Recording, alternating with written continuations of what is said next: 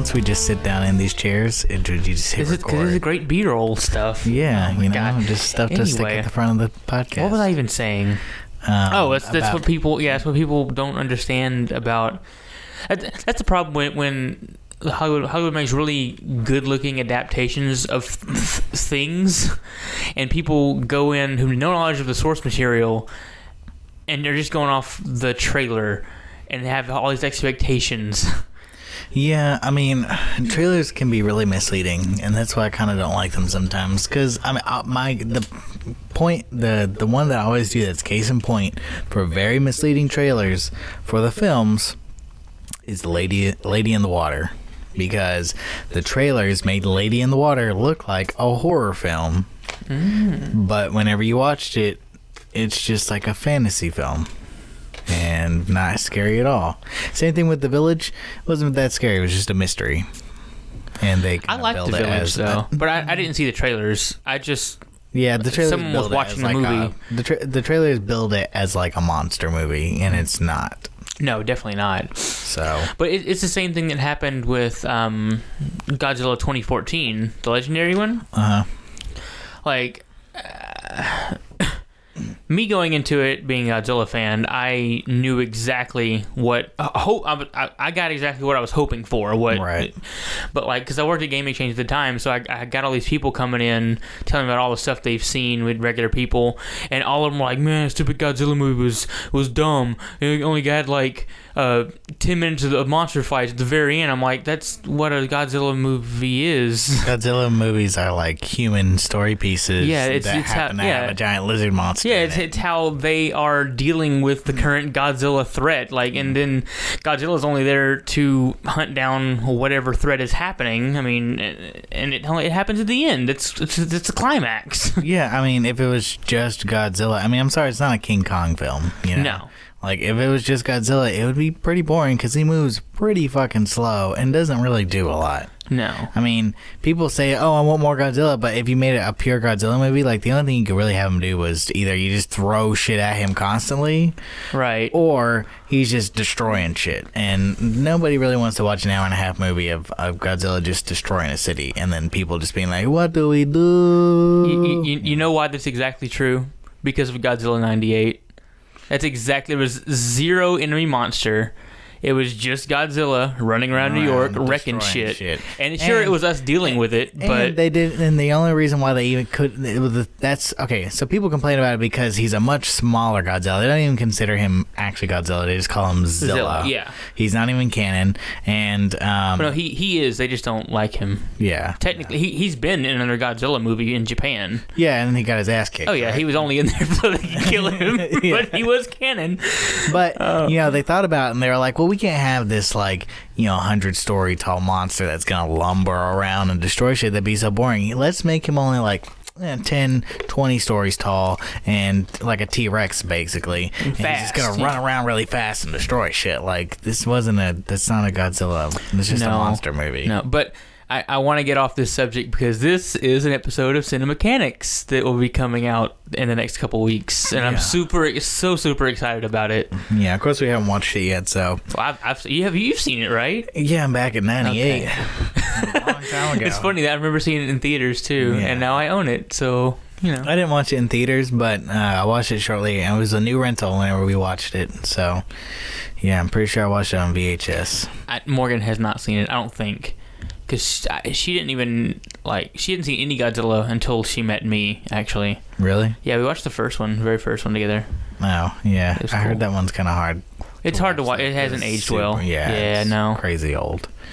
But I would like to watch them just for posterity's sake, Mm-hmm. Oh, it's really cool to look at, see, because you can tell how it was made, just by looking at it. It's such a primitive form of film. You get to see the process and you know what's going on, so it's really cool to watch. I know how they did that. Yeah, you can see the guy up holding the fishing wire for the planes flying across. Yeah, and because growing up with Godzilla, I guess I knew there was a guy in a suit, but my kid brain, it was just oh, it's so cool. It didn't it wasn't a forefront thing. Yeah, it was just kids with Barney and stuff like that. They don't think oh, that's a dude in the suit, they are just so like they suspend all belief and are just like, nope, that's just a dinosaur, just a purple fuzzy dinosaur. That's what it is.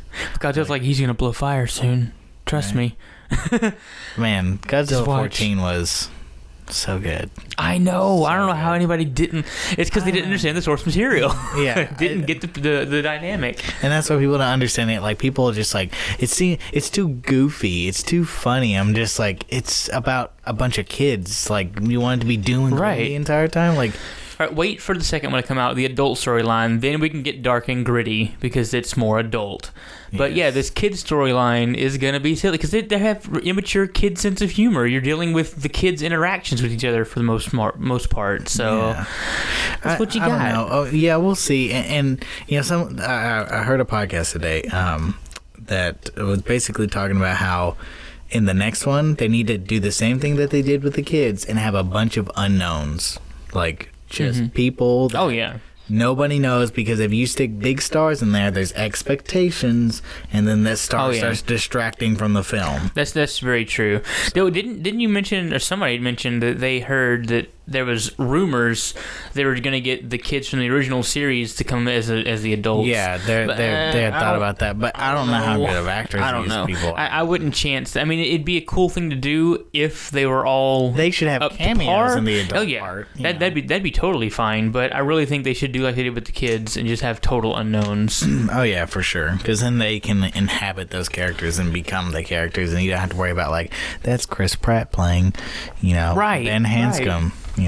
So it is distracting. Yeah, especially when you're into the story. Like it's a very story driven thing. Like it's not just a nice action romp through whatever the Chris Pratt. Because like in Jurassic Park, it was Chris Pratt, but it was a fun dinosaur movie. This is much more serious. Yeah, I mean, whenever they're big, Hollywood action flicks like that, you can kind of you're just like, okay, it's fine. And I think it works a lot better for horror films too.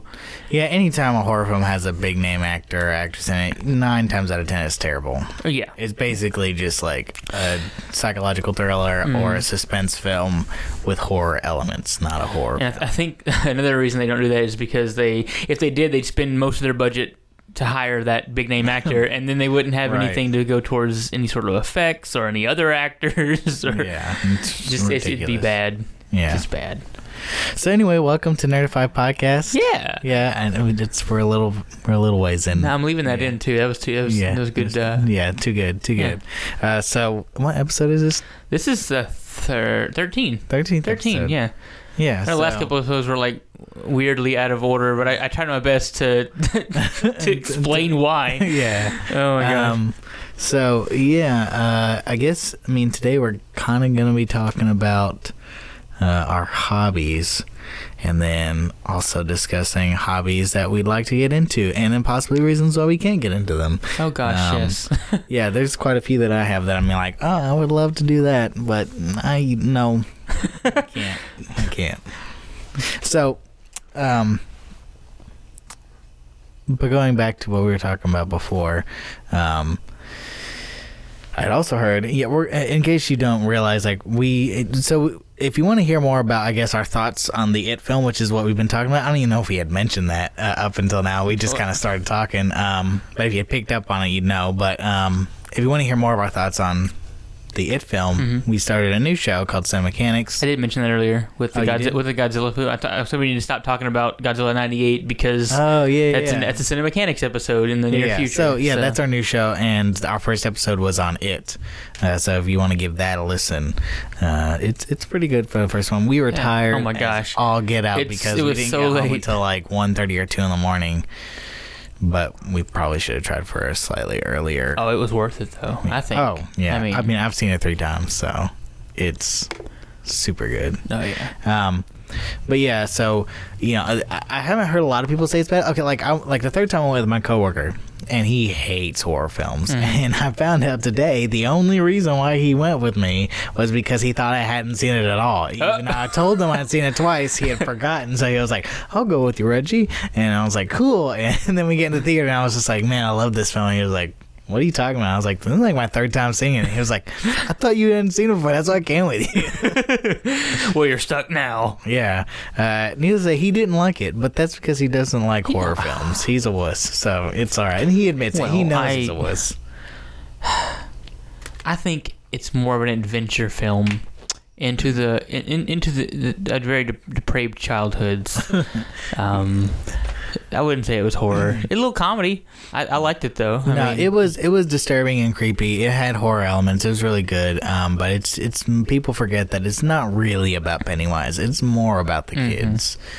You know, a lot of people do the cliche thing of saying like, "Oh, it's like Stand By Me, but with a deadly murderous clown." But it's like, yeah, but they're not really different from each other in the sense that they're like it's a bunch journey of some kids through a weird situation. I mean, it's also like Rugrats in that sense. I mean, right?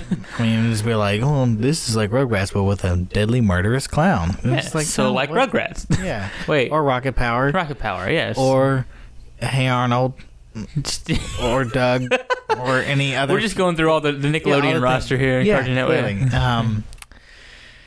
Yeah, or like Stranger Things, because Stranger Things did. Or The Simpsons. We got Krusty the Clown. Yeah, he's a deadly murderous clown. Yeah, that's for sure. But Bob's the one that wanted to kill Bart.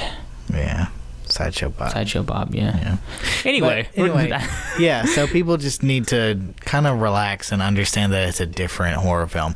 And oh my god, you know, I'm kind of glad that Cary Fukunaga did not get to direct this film because his story was gonna be fucked. It was gonna be weird.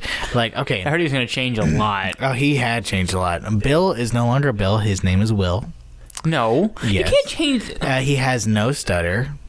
That was amazing. Henry is no longer Henry Bowers. He is Travis Bowers. And he's really messed up. Cary Fukunaga intended to include a scene of him fucking a sheep. And also, I did hear about that. Also ejaculating onto a birthday cake at one point. Okay, well, that's just things kids do, okay? Richie and Stan are no longer separate characters. They were fused characters named Richie Goldberg. Yep. So I'm giving you a look. You guys can't see, but I'm giving Reggie a very discerning look. I don't... Yeah. And... what else was there? I don't know. It was just going to be... all sorts of not. It was basically going to be like literally an adaptation of it. It was just going to look at the source material and go, huh, that's nice.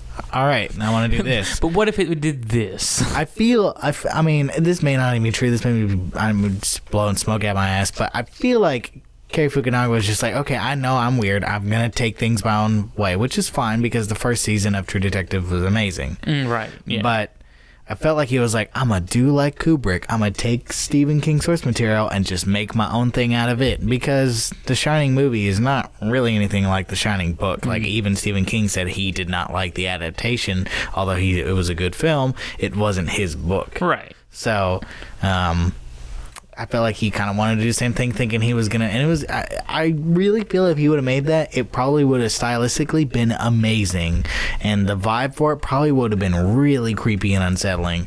But it probably wouldn't have been very good, and it definitely, for sure, probably would have got an NC-17 rating. I mean, you're fucking a sheep, right? Yeah. Come on.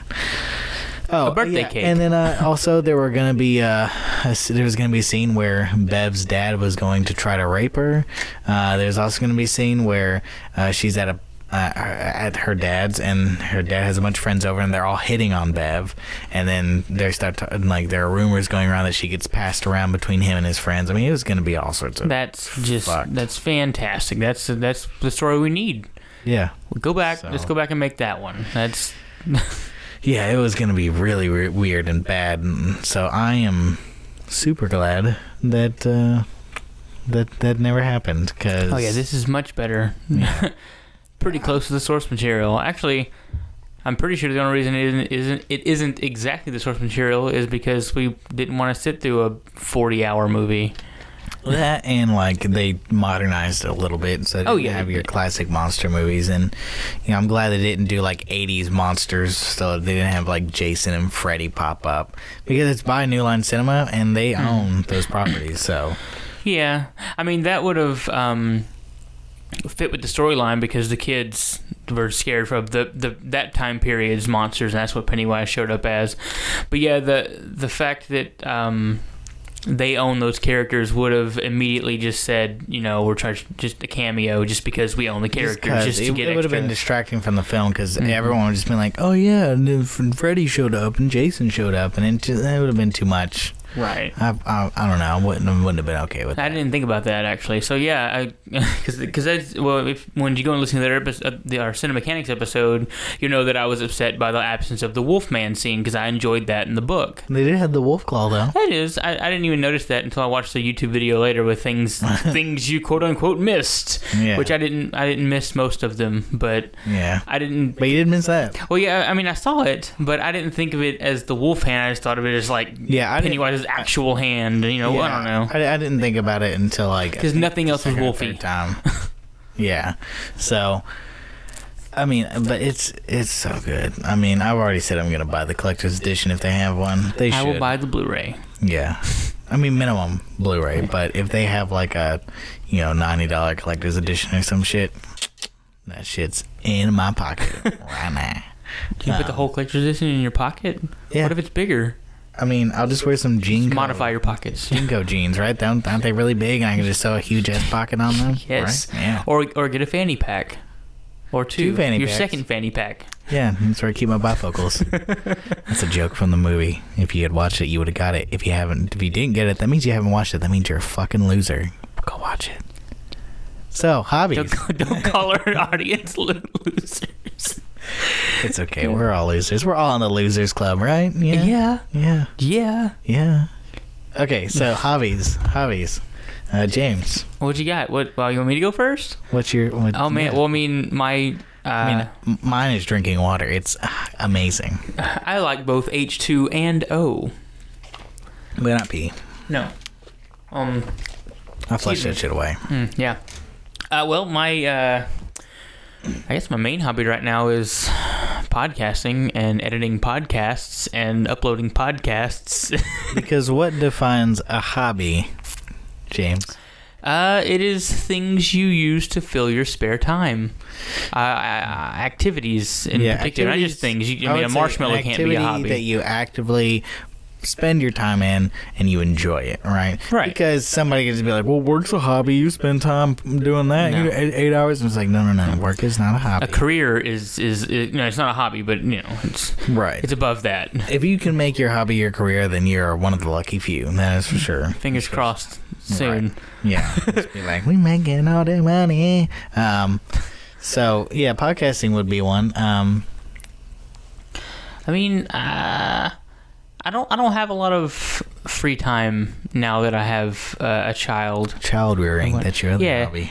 Before that, I did a fair amount of video gaming. Yeah. I do still enjoy it when I have the time, when I'm not editing a podcast or recording a podcast like right now. Right, that's true. I'll pick up a game or two. I'm really into ROM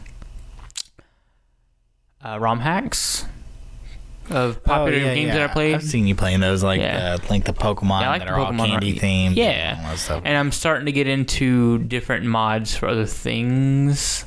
I toyed around with some Minecraft mods because Minecraft isn't fun vanilla for me anymore, hardly. Unless I'm playing with Morgan on the PS4, we build things together a few times we do play. But if I'm playing by myself on the PC, I'll just I'll download some mods. Because it's the only way to make it fun for me anymore, really. Yeah, I haven't played Minecraft in like 5 years, maybe 4 years. Yeah, I don't play it much now. I kind of toy around. Every time I get bored, I might pop it open and just.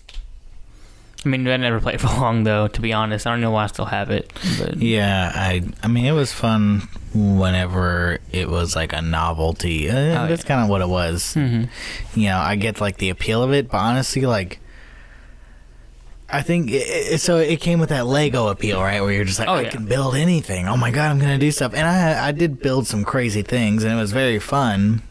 But after a while, you kind of start to realize, like, if I really want to invest in building something, unless I'm playing like the creative mode where you just get unlimited stuff,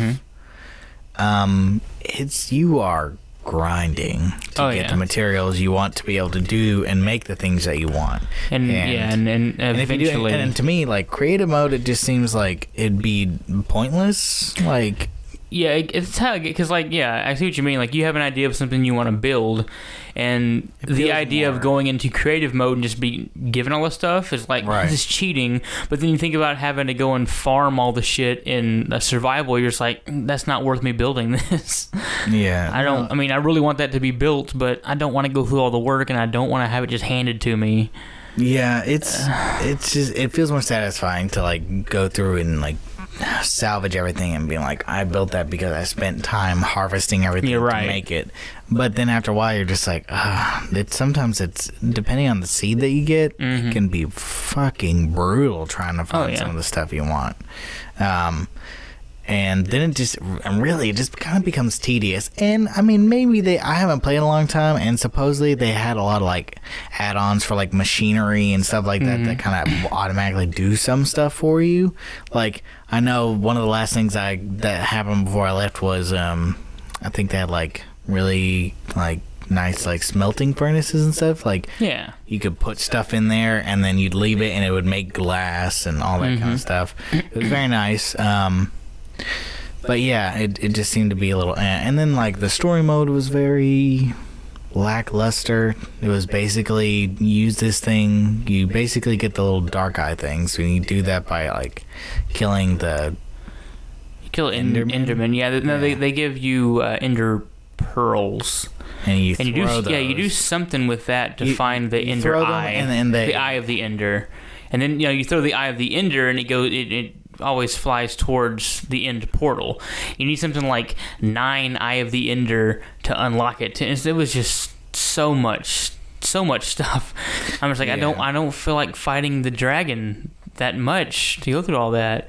And then they also added beacons. And I'm like, oh, that's cool, because, like, depending on how tall your beacon was with, like, diamonds around it and shit, the wider the area of the buff it would cover, to give you, like, extra jumping boosts or speed when you're near it. Wow. Yeah, that's cool. But you needed a I forget what it was called, and some kind of little star thing, and you had to do so much shit to get that 1 star to make the beacon work.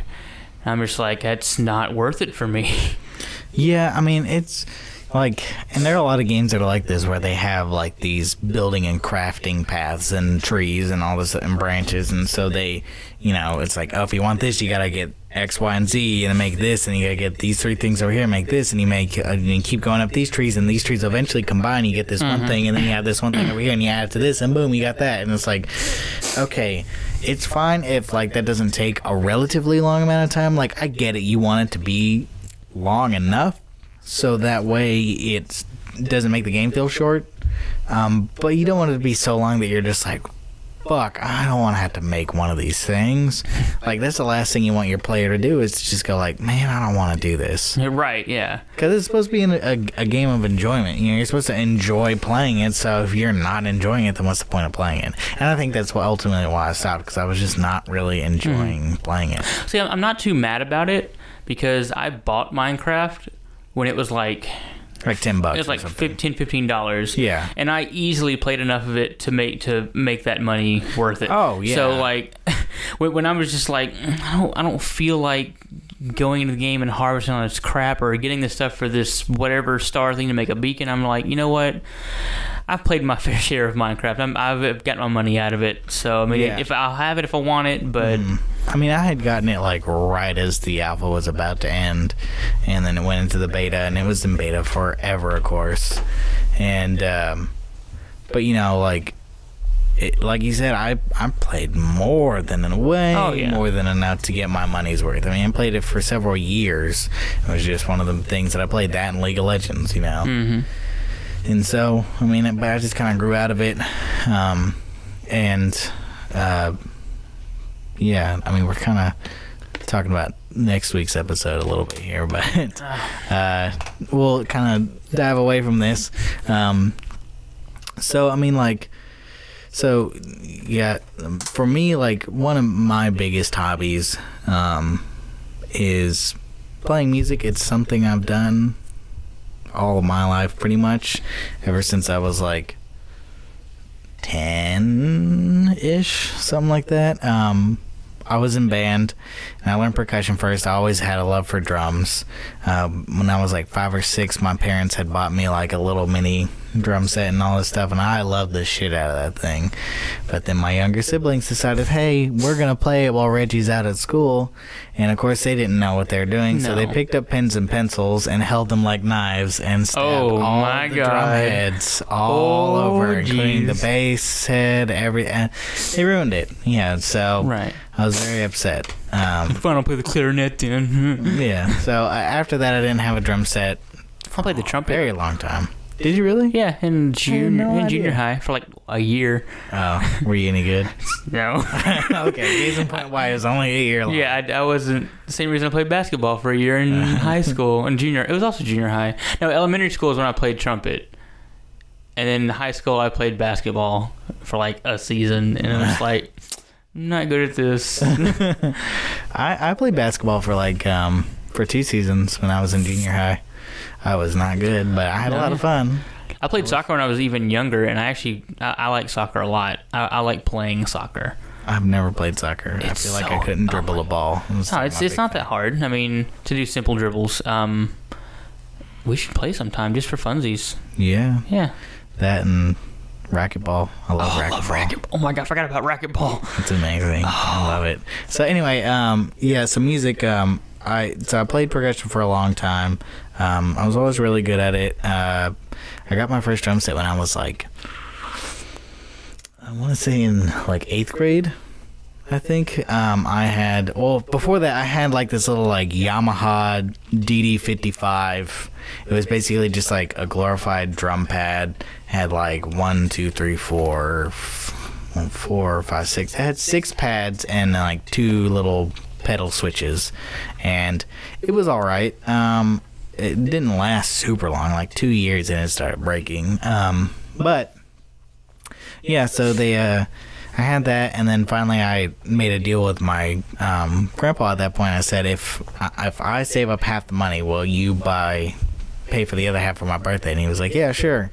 So I saved up $400 and bought the Roland HD1, which is a compact, like portable electronic drum set, and it was very nice. Is that the one you still have? Mm-hmm. Yeah, I still have that. It's starting the foot switches on it are starting to go out, and kind of have to stomp them pretty hard to get them to react. And I could get that fixed, but honestly, like, I have a full drum set now, so I'm really not too worried about it. Now it's just because your grandpa paid for half of it, so it's just sort of like and it was something quiet for me to play, so I didn't have to annoy everybody. And so I had that for a long time. But then around that time, I also started learning guitar, because my grandpa played guitar. He'd been playing guitar ever since he was very young, and so I always grew up with him, especially when we had get-togethers and stuff. Him just busting out his acoustic and playing. That's what my dad did growing up. He played guitar, country songs and stuff. So it was always really fun.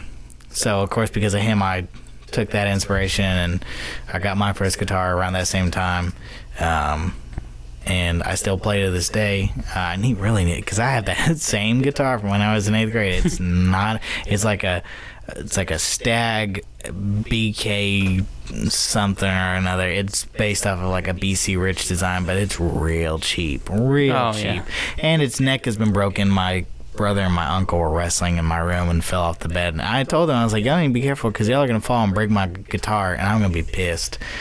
And what did they do? Like 5 minutes later, I just hear a bang, and I hear the snap of all of my strings playing, and I was just like, oh my god. And I ran in there, and they were just like, my uncle was immediately just like, I'll get it fixed. And I mean, they were lucky that had like snapped cleanly in one plane. And so I went, and whenever they got it fixed, they were like, yeah, we don't have to really do anything crazy, we just have to replace the tension rod in it and all this other stuff. So that happened to me, actually. I had, like you, I wanted to go do what my dad was doing, so they got one year for Christmas. They got me a super cheap, like, little electric guitar, and Dad gave me one of his old, really small amps to plug it into. And now this is partly my fault, because I left the the jack plugged into the guitar, but I had it leaning against my bed, and I had something to go against the other wall, and my brother was in my room, and he was being a little rowdy. I'm like, hey, calm down, get away from that stuff. And sure enough, he knocked the thing over, and it just landed cleanly on the jack. Just like right there, and just bent it. Oh my! So not the jack, the port in the guitar just bent.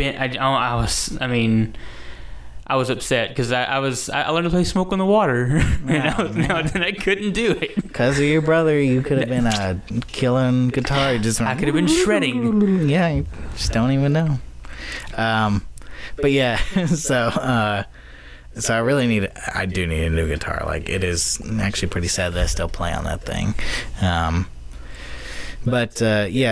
I bought a full. I mean, I was so excited. I bought a full-on, like, nice big drum set. Had 3 rack toms, a floor tom, and then it had like tons of crashes and a ride, and they were all very, very nice. And I got a deal on it. It was like $1,200, and it was easily like $2,500 worth of equipment. And the guy was just selling it really cheap because he was playing it at a church, and he was like, I got to get rid of it because they wanted me to go to a smaller set, so I just need $1,200 to buy the smaller set. And I was just like, dope, cool. But yeah, so I bought that in like my first year of college, I believe. And I did not get to play that thing until last year, whenever I bought my house, because I had no room. I lived in a dorm for a long time, and then I moved in with you guys into an apartment. Right. I had no room there, and then plus I didn't really want to play in an apartment because that'd be rude. If you played good stuff, they would have loved it. No. No. It doesn't work like that. Everyone loves solo drums. Yeah. Is that Smoke on the Water?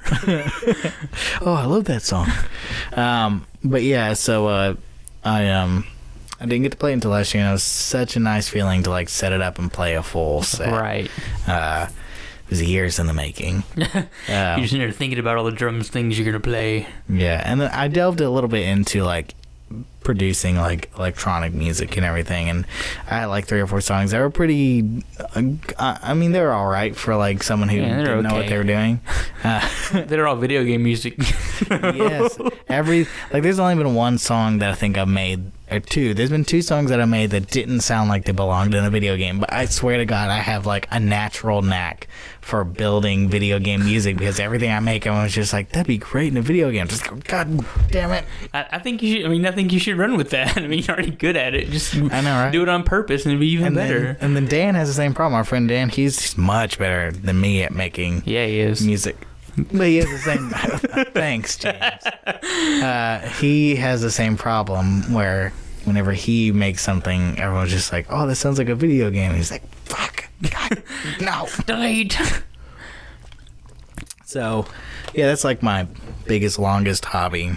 Oh, speaking of drums, I actually watched this documentary the other day, and it was super interesting. It's called We Are X. Have you ever heard of the band X Japan? Yeah, I think I've heard the name. It's about them.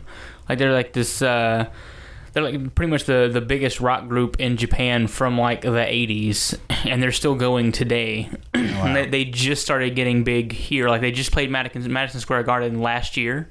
Mm-hmm. And so that's when the documentary came out, was last year, and it was documenting their journey from them starting to Madison Square Garden. Like, it was counting down the hours till they played, and it was pretty cool because their drummer is, I guess, their front man. Technically, he's the one that started the band. He's the one that did everything. He basically said, "Hey guys, just give me 110%, and I'll get us there.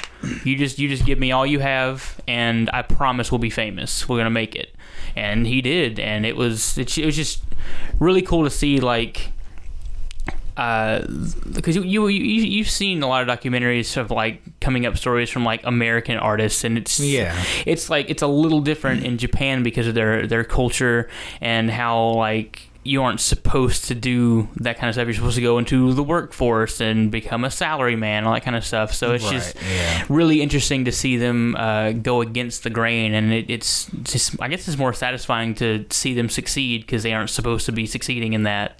Right. But I think it's on Hulu. You should definitely check that out. It's really interesting. It's going on my list later today.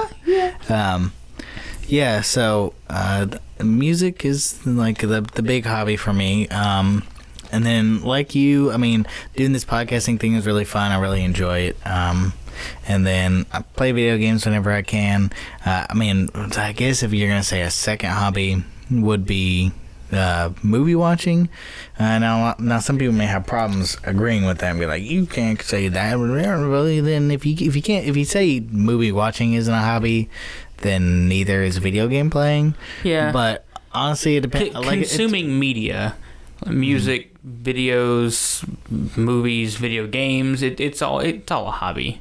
Yeah, because like I was telling you earlier, there's a lot of people that I talk to, and they just I don't watch that many movies. I don't go to the theater all the time. But I'm telling you, I go to the theater a lot. I watch a lot of movies.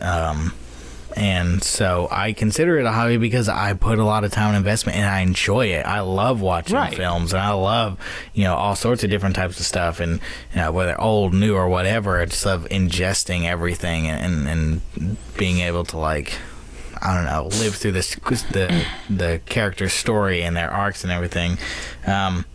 Like we have a lot of Regal cinemas around here, and I'm not sure if it'll tell me.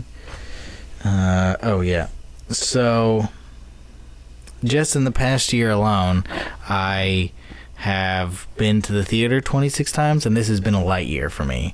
26 times, and we're 9 months into the year at this point, right? Mm-hmm. So, 9, 18, 27, so that's pretty much 3 times a month.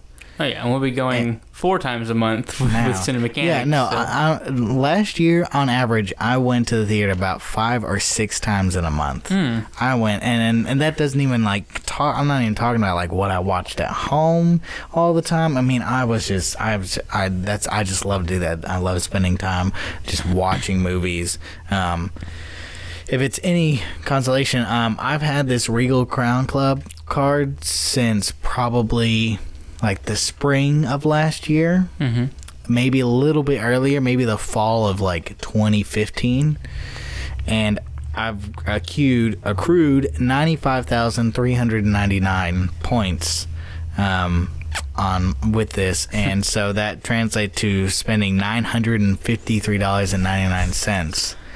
Does that count popcorn and drinks and stuff? Yeah, if I use it, but I didn't buy it all the time. But still, that's a lot of money to spend at the movies. Almost $1,000 in like basically 2 years. That's nuts. That's dedication. That is a hobby. Yes, I would think that is a hobby. If you spend $500 a year doing something, like investing time in something and spending that much money, I think you can consider it a hobby. That's also a cool thing about hobbies is they don't actually have to cost anything at all. Yeah, so yeah. I mean, and on top of that, like a lot of people think of like, a hobby, like collecting things and making things. That's what they think whenever they think hobbies. I mean, yeah, some of them. Yeah, but it's not all of them. Yeah, I mean, if you're like our friend, Raymond, What'd You See on YouTube if you want to go check him out. That's WAJUSI. So a little plug for you. There you go, man. He enjoys immensely solving like twisty puzzles, like Rubik's cubes, and I've never heard twisty puzzles before. Really? I like that. No, I never heard that term. Twisty puzzles. That's I mean, I like twisty puzzles a lot, and there's a point when I was really into it and watching a bunch of videos. I still watch videos of people messing with various types of twisty puzzles, but that's what they've always called them, and it makes sense because you can't call everything a Rubik's cube because not everything is made by Rubik's, and not everything is a cube. They call them speed cubes. The ones he gets because they're designed to be solve super fast. But yeah. Yeah, I mean there are speed cubes and stuff like puzzle that. cubes. I don't know. Yeah, but they're not all twisty cubes. puzzles. So that's okay, I'm gonna start using that. You have to solve them. They are a puzzle, and how do you solve them? By twisting them. By twisty them. Right, by twisting them. So, yeah, but that's a hobby, and you're neither collecting or making anything. You're just solving puzzles, essentially. That's still a hobby. You know, people, and someone may try to be like play devil's advocate here and go, well, you're collecting the cubes if you buy them. If you buy a bunch of different cubes, it's like, no. The way I classify a collecting hobby is that you collect them purely for the fact that you have them, right? So if you were going to collect cubes, twisty puzzles, you would buy them and then never touch them. Right. You know, you collect stamps, you don't lick them and put them on envelopes. Like, that's not the point of collecting stamps. You collect coins, you don't go spend them at the store. You know, if you collect, you know, I don't know, touristy spoons that you get at random places like my grandmother does, she doesn't go and just like take one out and mix her tea with it. No, she keeps them up in a shadow box as she collects them, you know? Like, she displays them. It's something that she does. That's the difference between us having video games. Like, I own video games. Right. But someone who has a video game collection, a basement just with a wall full, like your friend Taylor, or our friend Lucas with anime. Like he has an anime collection. He's seen some of them, but even he admits he hasn't seen even half of what he owns. Like, I've heard this was good, and then he'll buy it and then never watch it. I mean, I know he has every intention to watch them eventually, but the fact that he keeps buying new ones and it gets, I don't know. Yeah, he's never gonna watch all of them. Yeah. What is his Facebook now? What is it called? Oh, I don't even know. Dang it. I wouldn't want to say it and it'd be wrong. Yeah, he has a cosplay. Because we've talked about him before. I would like for everyone to go. Did you see that he's actually going to be a guest at a local con? That's like totally awesome. Yeah, I thought that was like the dopest shit. I'm so happy for him, but I cannot remember the name of his cosplay page. But anyway, so I would consider movie watching. We'll have him on soon anyway, so we'll have Lucas on at some point just to talk about his cosplay. Sure. He's a real goofball. Yeah, it's gonna be great. It will be amazing. I mean, I guess those are the real big hobbies I have right now. I don't really. I mean, I guess pussy crushing, but whoa. No, that's totally a lie. I got another one actually. Or well, maybe we should move on to hobbies we want to get into. Because I mean, this one like a hybrid. Like I kind of do it, but I can't really. Well, I used to actually do it, and I would like to get back into it because I had fun, doing this. So. Okay, then let's go there. So I'll do a transition, one that I did do and don't do anymore, but want to. Like professionals. Yeah. No, but I actually it's sort of a combination, I guess. Anyway,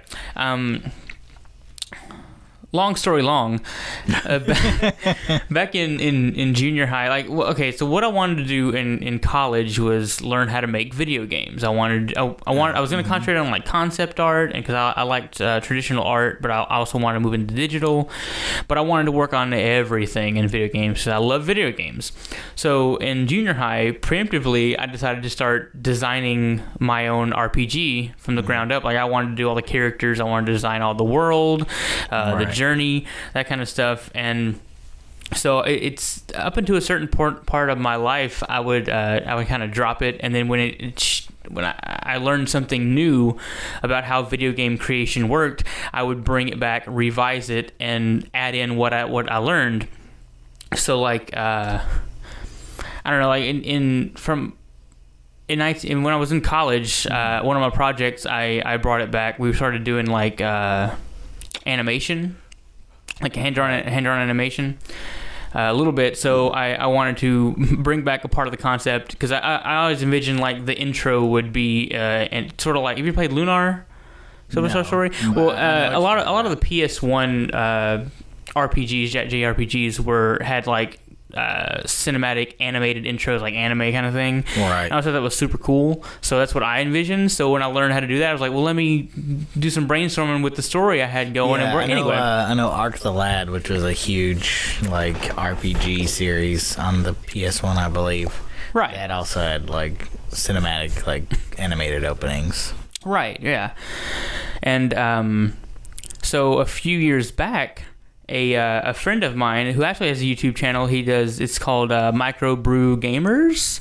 He does like video game reviews and also like beer reviews, like in the same video. It's a weird idea, but it kind of works. It's interesting. So you get a video game. Anyway, loves to drink, loves to play video games. Exactly. Just make movies about it. Anyway, he approached me about helping him work on an RPG. I think we were planning on releasing it on like Android and iPhone, just a little RPG thing, just to kind of get our teeth wet or sharpen our whatever that term is. I don't know. Anyway, wet your whistle. Whatever that is. Cut your teeth. That's the term. Wet your teeth and let me just lick my teeth. Lick your teeth. No, but so he bought me the program.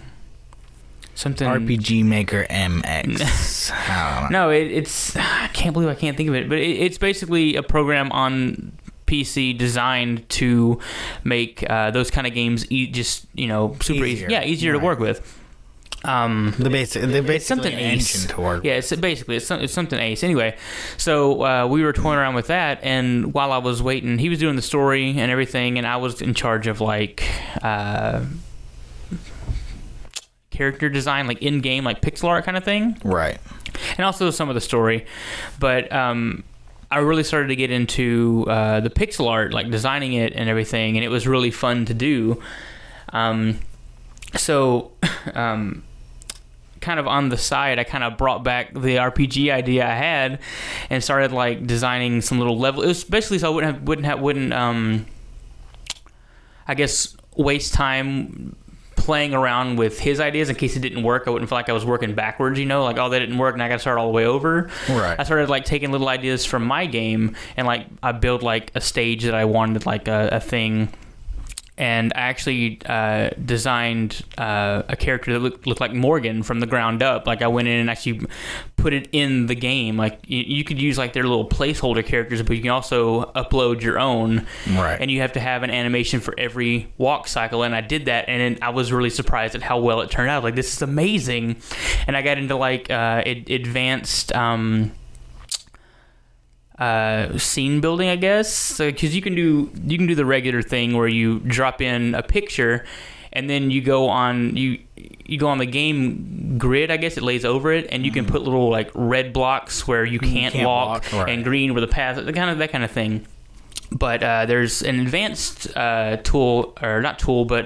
called parallaxing, which basically lets you lay over layers of the picture. So you would have the super like back where your character walk, like the furthest down you can get, and then you can place other things on a layer up top that your character would literally walk under. So it made it more dynamic and a little more realistic, sort of, and it looked much cooler. And you can have like when you moved across the screen, like the screen would move with you, and you could have the super top layer move a little slower than the bottom one, so it actually gave you a sense of perspective. And I just had so much fun just diving into that, and I was programming like characters to do certain things, like a cutscene in those kind of games. And I actually, at one point, I think I actually started working more on my idea than his, because I was waiting on his story stuff. So I was like, well, I want to keep this momentum going. So I just started like building my world. I built like a little town, and I designed like a shop myself with like things, clothes hanging that I designed myself. And it was just an amazing feeling to just be able to walk around in my creation.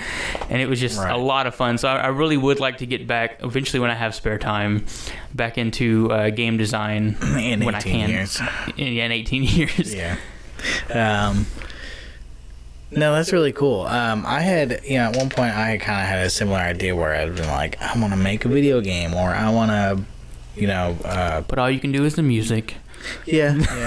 So I'll when my game comes out, I'll need music for that, Reggie. So cool. We'll collab there. Make a little 16-bit music for you. Bloop, all right. bloop, bloop, bloop. That's all I need. Yeah. So, but I tried my hand at programming. Oh, I can't. And it does not click with me. It hurts my face. All. Yeah, it just I can't do it. Yeah, in terms of a hobby that I would really like to get into, but can't, would be so, I mean, I have quite a few. So like the first one would be woodworking. Woodworking. Yes. I would love to have a shop out back filled with like a bunch of work tools and just learn how to use all of them. Lathes and drill press. I mean, I know how to use a lathe and a drill press. I've done it before. But I've never worked with wood. I've always worked with like steel. Right. And, you know, but just to be able to like have all that stuff and be able to go like, I want to build a shelf, or I'm going to build a table, or I'm going to build cabinets, or I'm going to build bed frame, something. Yeah, you know? Just be able to do that stuff and be like, I made this with my motherfucking hands. Like, that's so cool. You see that table? See how it isn't falling over? I built that. I built that non-falling over table. I had to nail it to the wall so it won't fall over. But it don't fall over no more. But yeah, no, like, it's just, to me, it's really cool, but it's just so prohibitively expensive to, like, get into because all the tooling is so damn expensive. I mean, you're talking about like, yeah, I could go with really small things like really tiny planers and like a mini saw table and all this stuff, but it's really like limiting, and then even then that stuff can, like, you try to accrue like a big group of tools, and it just takes forever. That's why I feel like most people I know who are like woodworkers like are people who are in their 40s and have had all their life to like collect these things over time. Okay, I got this big tool. Now in 10 years I can afford the other one. Right, yeah. And I can build something. And a lot of people I know, like a coworker of mine, he of course he was in his like upper 40s, almost 50s, and he has a massive fucking shop. And it's a machine shop, though. It's not like a wood. I mean, he does a little woodworking too, but he does mostly machine work and just stuff that he likes to make. But he's had forever to be able to do all that. And then, of course, on top of that, he's like gone to auctions and bought like old machines and restored them, or went and found some off Craigslist or something that were like real cheap, and just doing all sorts of stuff like that. So it just kind of sucks that it takes a long time. You kind of have to want to do that stuff for a long time and kind of build your way up to it. And I wouldn't know where to start. And that's a big problem with hobbies, is especially ones that are like the really cool ones where you can make really cool things. And I know people will be like, well, you can do knitting or sewing, or I mean, to do sewing you kind of have to have a sewing machine, which I get it. You could buy a cheap one. And even then, it's more complicated than it seems. Like I dabbled in a little bit of cosplay at one point, and I needed some sewing done, and I went to my wife's grandma to help, and I wanted to do it myself because it seemed it was just like one straight stitch pretty much, and she had the sewing machine and sat me down and like, okay, teach me how to do this, and she's like, okay, you got to do this, make sure the needle's threaded like this, and all this kind of, I'm like, this is a lot of stuff just to make a straight line with a thread. Yeah. That's why, like, I've only done, like, made one, like, okay, so I grew up not doing Halloween, right? What's wrong with your family? My grandma just, I don't know, they're old. Oh, okay. They didn't want to take us around anywhere. Oh, that's true. And I only did it once when I was a kid, and it was my aunt who felt bad for us taking her daughters, and she, like, was just like, can I take the boys? And they're like, yeah. And they're like, you gotta have costumes. And we were like, you ain't got no costumes. So I literally dressed up in oh man, it's gonna be good. I dressed up in a SpongeBob shirt. Oh man. And a SpongeBob loungers. And I had SpongeBob slippers. What were you going as? A SpongeBob fanatic. Oh. That's all I could muster up in like man. 10 minutes before he came and picked us up. Got you candy, didn't it? Yeah. A couple of adults asked me, and I felt so embarrassed just being like, SpongeBob fanatic. I'm SpongeBob. I'm just SpongeBob. And they're like, you don't look like me. Just can't have a candy. It doesn't mean you have the candy. But yeah, and I don't remember what my brothers ended up doing. I think my little brother ended up having enough stuff to be able to like go as like a pimp. And then like my older brother, I think he just had a bunch of like soccer gear, so he just went as a soccer player. But yeah, I mean, good thing people in the houses don't like evaluate your costume. Like, you know what? You didn't even try. You get a fucking apple. Yeah. And I took a bite out of this one. That's how bad your costume is. Get the hell out of here. You get this box of raisins. The raisins in it. Well, yeah, I ate them, but it's a box. You didn't deserve it. It said raisins on it, so you deserve to starve to death. That's how bad your. Is there a loogie in here? Yes, there is. Try again, SpongeBob fanatic. Now get your awful ass off my porch. They throw the more apples at you as you're walking. I'm like, get out of here. Yeah. So I'd never really done it before, and then throughout college, like, I didn't really do anything. It was like my second year working out of college, and my coworkers decided they were going to dress up for Halloween because it was during a work day. And so I did a little something. I went and bought like a scarf and an aviator's like little like head wrap thing and some goggles, and I had like a nice little like black bomber jacket and everything. So I was an aviator. It was very easy, right? Yeah. But then the next year I decided I was going to a Halloween party. I was like, fuck this, I'm gonna go do something. And see, so this is why I guess this would be considered another hobby I would like to get into, but I can't. And it's not because of monetary reasons, it's because of me. It's because I know I couldn't handle it, which is I decided I'm gonna go as Han Solo. Okay, cool. But I'm not going to go buy a Han Solo costume. No, I'm going to make my own Han Solo costume. And of course, I didn't decide all this, a month, 2 months before. I decided this 2 fucking weeks before the party. And you think, 2 weeks to like make a costume? That's plenty. No, it's not. Not when you know nothing about making costumes. Not when you know nothing and you're making everything from scratch, right? So I went and bought like so that the reason it's not because I'm a procrastinator, that yes, that's partly true, but that's not the reason why. It's because I'm too much of a perfectionist, and so that's why it took me so long to build this not even that hard of a costume. So I went and I bought like a laser pistol, and I took it home. I took parts off of it. I put like a little bit of sculpting clay on it. I like painted it, put cardboard around it to shape it much closer to Han Solo's blaster. And then I'm trying to even remember what the fuck Han Solo even wears. I think his black vest, I went and bought black, like just regular cotton material, and made my own vest, including like sewing on the pockets and making everything else. I went and bought fake leather and built my own belt and holster, the custom holster that fitted the piece, and it even had the leg strap and everything on it. And then I wrapped like an old belt with a thing, and like made my own buckle, and then I went and bought like a snap machine, a little snap applier, which is the thing you to apply snaps on materials, and that's what I used to like hold everything together so I could take it off really easily. I even like went and bought old like blue like navy work pants and like sewed two red stripes down the leg.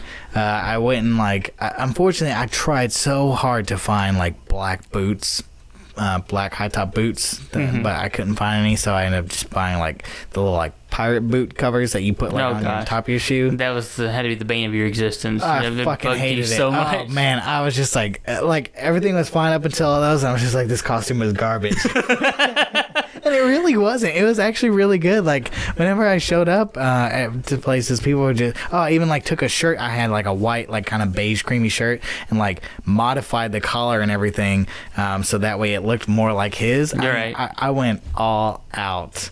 And everyone was really impressed. They were just like, wow, you should do that more often. I'm just like, no, I can't. No, I was like, this is not even close to how I want it. And on top of that, like, even during that time, like, it was a week after, and I was still obsessing over this fucking costume. And went online and found, like, a C-85 Mauser, which is what his pistol is based off of. I found a toy version, so that way, and it's still on my Amazon wish list, so I can buy it one day and modify it to look exactly like his. It's going to keep bugging you till you get it perfect. And all you're going to do is put it on, stand in front of a mirror, and go, yeah, yes, and then take it off and never wear it again. Yeah, there have been times when I've still like gone to like Goodwill and Savers and looked to see if I can find like work boots that are close enough to what he wears, so that way I'm gonna help you complete that. Like, if it's the last thing I ever do.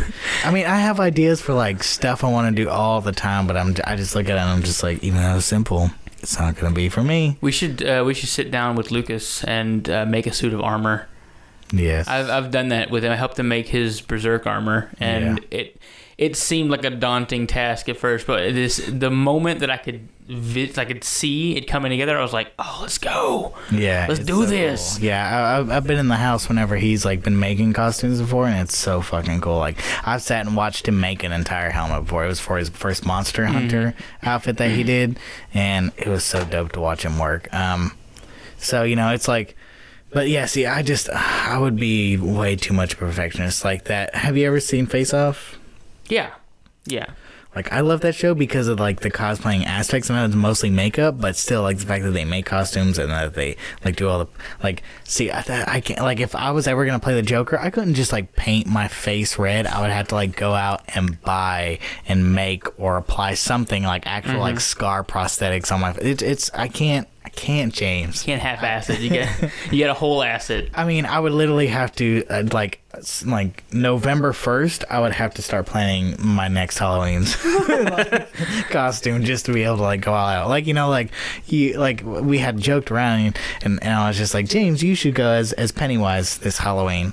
But that's because I wanted to go as Pennywise, but I know it's not gonna happen because I'd be like, I can't find this fucking ruff that he uses. I can't find the right material for his suit. Like, I would basically just be like, someone give me a pattern and I will learn to sew just to make this stupid. I do want to go as Pennywise. But yeah, you're right. I don't know if I can get. Like, I'm not even a perfectionist. If I can just get close and people are like, "Hey, it's Pennywise," I'd be happy. But I don't think I can. Yeah, I mean, we could. I mean, my first thought was like, just get like a simple onesie and then like put orange pom poms on the front and then try to make like get some tulle and just make some like simple ruffs around the hands and put gloves on, shoes, and then do the face paint.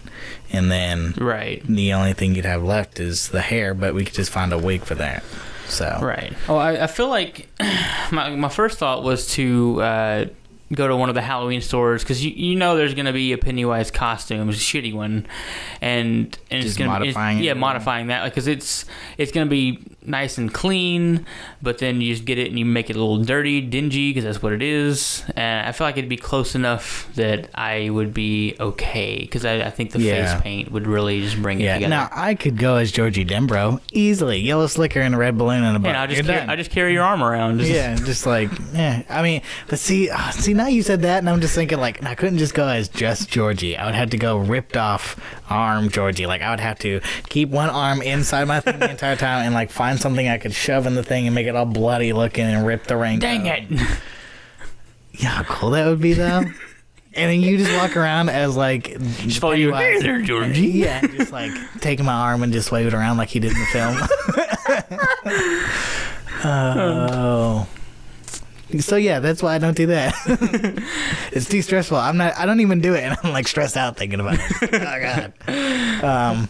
But so I have those two, and then another one that I really have always wanted to do, but it's prohibitively expensive. But if you really start doing it, then it kind of starts into paying for itself, which is flipping cars and specifically restoring classic cars. Now, here's a little disclaimer. I know nothing about anything about cars. I know a lot of kind of some technical jargon, and that's about it. I know how to change a tire. I know how to change my headlights. I know that's it. I don't even know how to change my oil. I understand the concept of change my oil. You drain the oil, you take out the old oil filter, you put the new one in, you fill it with oil. Like, that's not that hard, but I've never actually done it right. I've like done a couple like small things, like I put in a radio in my car and all of that. But anyway, the reason why I want to learn or want to restore classic cars is because it teaches you a lot about like building cars, because usually if you go like all out and you're really building like a 1960 something Mustang or a Camaro or something, you're gonna have to basically, especially if you get it from a junkyard or an auction or something, you're probably gonna have to rebuild the engine. And to me, that's so fucking cool to do. It's just, I can rebuild an engine, hell yeah, but you gotta have so much money to be able to do that. Thousands and thousands of dollars. Yeah, you can probably get the car for like under $1,000 or something, maybe even less than $500 if it's in particularly bad shape. Right. But you're going to be spending easily like $10,000 or more to be able to fix it up, because once you sell it, you're going to be selling it for like $30,000. But it's just a hard investment to make, and that's why there's a lot of people who do that, and they have that classic car sitting in their yard for 20 years. Yep. Because they can never get enough money to do it. But that's why every I just don't intention. invest to it unless I'm somewhere and I'm making $90,000, $100,000 a year. I'm like, I got money to blow, and I can just do that. That's fine. But I would also prefer to have somebody help me, like teach me. You know what I mean? Like work alongside somebody who does those sorts of things. Right. Yeah. So, yeah, that would be nice to do. I mean, even if it wasn't restoring classic cars, like being able to flip cars would be cool. Like taking something that just has a few problems with it, but has low mileage on the motor, and like you just kind of clean it up and fix some small things. I mean, you bought it for like $500 and you sell it for like $1,500. That's cool. Like, I would like to be able to do that because it helps you make money, but then also you kind of learn about like cars and how to look at them and judge them and fix them and all that. Just little things here and there.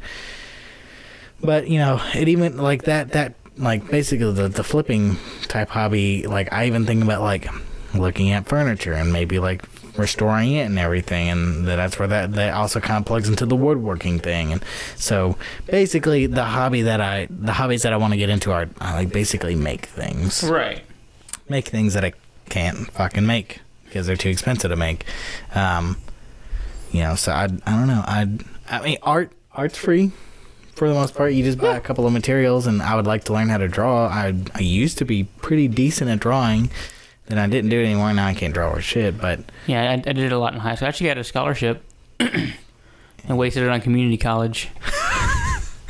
James, what? I don't know what... I didn't know about things. You're from Pine Bluff, it's okay. Yeah, it's fine. That program I use for the RPG thing is called RPG Maker VX Ace. I knew it had Ace in the title. I was really close when I made that one up earlier. I said RPG Maker MX. That's really close. You were one letter off. Wow. That's insane. Yeah, so I think those are all the, like, big hobbies that I really want to get into. Like, I can't... I'm not off the top of my head going to think of any, but and so the reason... I mean... Like, I guess, which is it? Is it left brain or right brain that's very artsy? Left brain. So I have strengths in both left and right brain, where my right brain is really strong with math and numbers. No, right. It's right, because I'm left-handed. Say people that are left-handed are more creative, which they use the right side of their brain, because it's the opposite. I don't know, it's weird. I'm going to look it up real quick. Okay, Google. Which side of the brain is the creative side? Let's see what she says. Left. Here's a summary from the brain made simple. The left side of the brain is responsible for controlling the right side of the body. It also performs tasks that have to do with logic, such as in science and mathematics. On the other hand, the right hemisphere coordinates the left side of the body. And she didn't finish, but and performs tasks that have to do with creativity in the arts. Yes, I was right. So right is the creative side. So I have like really high strengths in both sides, where in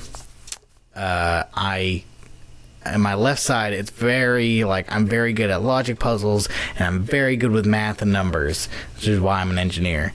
But then I also have an insanely strong right brain that really pushes for art and music and stuff, which is why, like, I love, like, literally, if if you took music away from me, I would go fucking insane. It would be a bad spiral, man. Like, that ain't no joke. Like, I cannot live without music. And then I've always needed like an avenue for creativity. And I guess a little disclosure, last year I went through a really bad point in my life where it was like I'm badly depressed. Like, it started affecting my, like, I've battled depression through my life. I think we mentioned this in an early episode. Yeah. But it started affecting my work, and people were noticing, and so I started going to a psychologist, and he was really helping me out. And then basically I found out that I wasn't helping my right brain at all. I wasn't channeling my creative impulses into something, and so it was affecting the balance of my psyche, and because I was putting too much into the logical side and everything, it was just like way out of balance, and I was very depressed. And so yeah, that stuff really helps me, and that's why I think that the hobbies I want to get into focus and centralize around making something, right? Because I want to be able to create things, and so that's why I think I like my job right now so much, is because I do a lot of engineering, but also as part of it, I am creating things, and doing design work is fun, but doing the physics behind design work isn't always that fun. But that's why I just pay somebody else to do for me. There you go.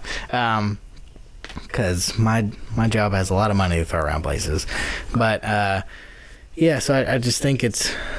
I guess I've never really actually sat down and thought about that the fact that everything I want to get into is focused around that stuff. And I think it's my brain naturally wanting to balance that logical left side with something. And so, I've been playing a lot more guitar and a lot more drums lately. And not only is it like helping me stay balanced, but also it's helping like just to make me feel happy and fulfilled, because I'm making myself try to learn things that I know I can't do, but I'm gonna persevere through them. So yeah, it's nice. Like, yeah. And I mean, clearly you're a super right brain person, because ever since I've known you, that's all you've done is like artsy fartsy stuff.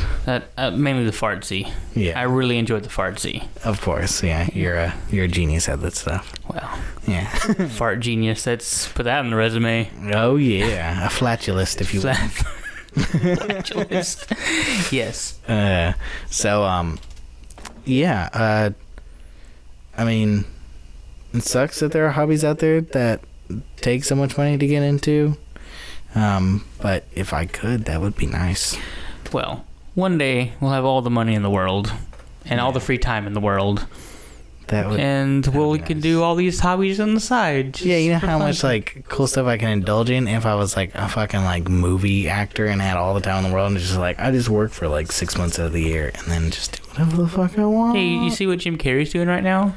He's just painting. Yeah. Like just like a fucking huge ass canvas laying on the floor and the ladder over it, and he's laying on the ladder just painting. Good. Yeah, I mean, I haven't actually looked at the full artwork yet. Is it out there? Yeah. It looked good. The little bit I saw of him actually painting, but I mean, yeah, no, I need to really look at that. I like this stuff. I would kill to have a Jim Carrey original, because it's so cool.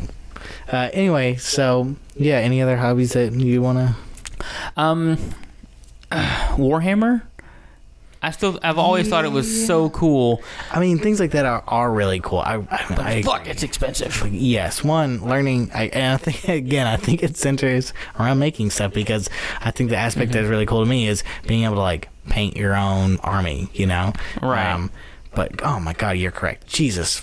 Fuck, that is expensive. Holy shit. But it's just so cool how detailed, not only the figures are, you paint it, like I said, you paint them yourself, it's creative. But how detailed the game itself, like how like literal that game is, of what works and what doesn't. Yeah, if you have a sniper up in a building and you want to snipe somebody, you literally have to take a ruler and make sure that you have line of sight of your target. String. You have to take a string from the gun to the target in a certain length to make sure you can shoot them and nothing inhibits your shot. Right. And it's so much. I mean, I'd probably be horrible at that game because I am not left brain, like logic and strategy. That's not me. But it just seems so cool to be able to jump in that world and have your army, and it's just so precise and so cool. That would be super dope. Alas, It won't happen in the near future unless I'm just gifted a massive army of 40K figures. Just like, here you go, bro. It's not tournament play anymore. I'll be like, I don't care. That's the way it was with Magic. Hey, man, my dad died. I don't know what to do with these. You want them? Yeah, sure. Great. Your dad died. Yeah. Awesome. Sorry, your dad died. But I have these. That's the way it was with Magic. Like, I never bought Magic cards. Like, I was always given Magic cards by friends, and they were just like, they're not tournament legal anymore, so you can have them. Right, that's what keeps me from, like, I played for a while, but yeah, most of my cards were given to me. I bought a few booster packs here and there, but for the most part, it was just people giving me their old cards, and I loved it. I loved the game, but I could never play tournament mode because I'm not going to sink that much money into making sure my deck is current. Like, I'm like I said earlier, I'm not a super strategic person, so when I build a deck that works for me, that I like, it takes me forever to build it and get it right, that it actually, works. So the fact that by the time I get that built, it's no longer tournament legal, I'm like, yeah, my so friend tournaments Thomas, are out of the. Thomas has always been ever since we started playing Yu-Gi-Oh, he's always been a fucking genius whenever it comes to deck building. He just gets it. I've always, like you said, I've always sucked at deck building. I just don't understand it. And I mean, I love playing it, but yeah, I would always buy cards, like Yu-Gi-Oh cards, and just give them all to Thomas and just be like, just build me something. And then he would just be like, oh, and he'd build me like amazing decks. And he would actually be jealous of them because like, they're so good. And I'm just like, I don't even know, I'll just play. But yeah, he was always one of the guys, like, that found exploits in the game and would like exploit the shit out of stuff, and then those cards would get banned eventually. And I mean, he had, like, back whenever we played Yu-Gi-Oh, he had this like fiber jar deck, and so Cyber Jar, from what I remember, like, resets your hand, if I remember correctly. It's been years since Yu-Gi-Oh. I think that's what it does. It resets your hand. Maybe just your discard pile. I don't know. It's a pretty powerful card. But then there's Fiber Jar, which resets the entire game. You basically take all of your cards on the field and in your discard pile and out of play, and you put them all in your deck, and you shuffle it back up, and you start over as if it was from new, except for you keep your life points. And he had an exploit with that where he would like Cyber Jar, Fiber Jar, Cyber Jar, Fiber Jar, and would just fucking destroy. But yeah, so I think we've been going on long enough. Just looked over at the recording time, and we're at almost an hour and 20 minutes. Yeah, we've babbled enough. Yeah, so we won't take up any more of your day. So I guess next week I think we have an interesting, we kind of hinted at it earlier, but the topic we have for next week I think will be really interesting. Yeah. It kind of applies to a lot of people. It's kind of sad if you think about it a certain way. But anyway, yeah, thank you guys for joining us. Yeah, we really appreciate you listening. And of course, I mean, we'd love to hear from you guys, and if y'all have any hobbies that y'all currently have and really enjoy, or if you'd like to get into certain hobbies that you really can, just comment on YouTube, or we have a Facebook page, and go there and like let us know or anything. Yeah, it's on the screen right now. If you yeah, I mean, you'll find it playing, or if you're listening on like Stitcher or anywhere else, like there's links, I'm sure, in the show notes, right? Are there links in the show notes? I don't even know. You're the one who does all the posting, so there's not, but there will be now. Probably start doing that. Maybe. I mean, I don't know. Just at least Facebook. Because that's all we have, and Twitter, but and Instagram. We don't really post much on that. No, we posted like 3 things on Instagram. It's more than 3. I posted 4. I posted more things. Oh shit! I don't even know. I don't even follow our own Instagram. So what are they? Why would they follow it if you don't even follow it? I don't know. Okay, that's probably. I do follow our Twitter, so I guess they can follow that. Yeah, that's true. Yeah. So anyway, yeah, thank you guys, and we will see you next week. All right. Bye. See ya.